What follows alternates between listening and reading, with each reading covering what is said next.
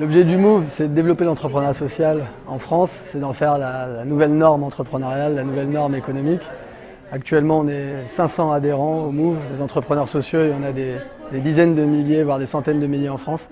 Donc le but du Move, c'est de rassembler toutes ces personnes pour deux choses, pour être encore plus fort dans notre plaidoyer politique, puisque plus on sera nombreux, plus on pèsera auprès des pouvoirs publics.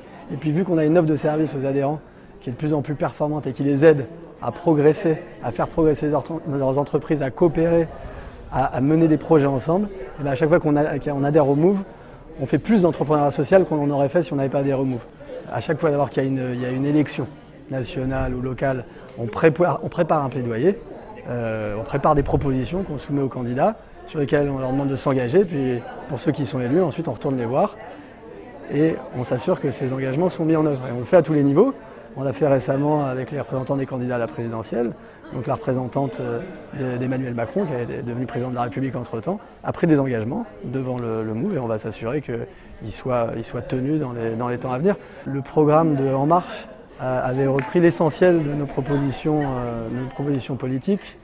Elle a pris l'engagement d'un grand fonds de développement, de soutien à l'entrepreneuriat social, d'1 milliard d'euros.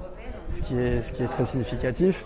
Elle a pris l'engagement aussi de soutenir les dynamiques start-up de territoire qui sont fondamentales pour que l'entrepreneuriat social se développe et apporte sa pierre au développement des territoires partout en France.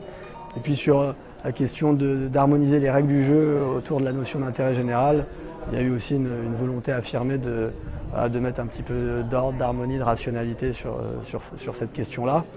Et puis, pour ce qui est de la commande publique, c'était notre 4e proposition, faire en sorte que les marchés publics, les délégations de services publics, à qualité-prix égale, privilégient les entreprises sociales, qui sont pour nous les entreprises d'intérêt général. Et bien là également, il y a eu des engagements forts pris pour que la part de l'entrepreneuriat social dans les marchés publics, dans la commande publique augmente.